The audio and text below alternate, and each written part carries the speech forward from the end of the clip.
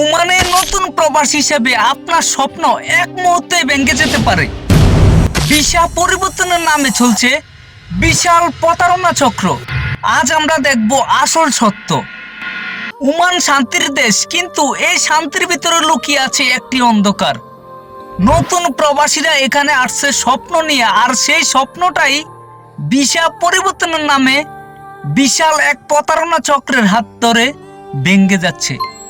আজকের এই ইনভেস্টিগেশন ডকুমেন্টারিতে আমি আপনাদের সামনে তুলে ধরব ওমানে ভিসা পরিবর্তনের প্রকৃত চিত্র, যা অনেকেই জানে না। একজন প্রবাসী বাংলাদেশি আসে ওমানে, তার পরিবার শেষ টাকা জোগাড় করে পাঠায়।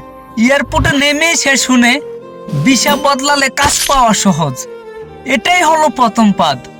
ব্রোকাররা বলে 400 রিয়ালে ফ্রিল্যান্স ভিসা করায় দিবে, 550 রিয়ালে কোম্পানি ভিসা হয়ে যাবে, জব রেডি আছে। কিন্তু বাস্তবে সবই মিথ্যা। এই বাজারের বড় খেলোয়াড়রা হাতে কোনো কাজ দেয় না, শুধু টাকা নেয়। তারা জানে নতুন মানুষ ভিসার নিয়ম বোঝে না, আর এই অজ্ঞানতার সুযোগে প্রতিদিন হচ্ছে কোটি কোটি টাকার লেনদেন। আইন অনুযায়ী ওমানের ভিসা পরিবর্তন করতে লাগবে কোম্পানির ট্রান্সফার লেটার, শ্রম মন্ত্রণালয়ের অনুমতি, আরওপি অ্যাপ্রুভাল পেপার এবং পূর্বের ভিসার রিলিজ। এগুলো ছাড়া ভিসা চেঞ্জ বলে কিছু নেই। যে ব্রোকাররা এইসব এড়িয়ে টাকা নিচ্ছে, তারা পুরো প্রতারণা করছে।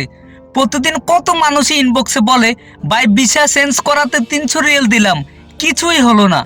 আমাকে কাজ দেবে বলেছিল, কিন্তু কোম্পানি রিলিজই দিচ্ছে না। ভিসা দিছে কিন্তু কাজ নাই, বেতন নাই। অনেকে রুম ভাড়া, খাবার, আগের ঋণ কিছুই দিতে পারে না।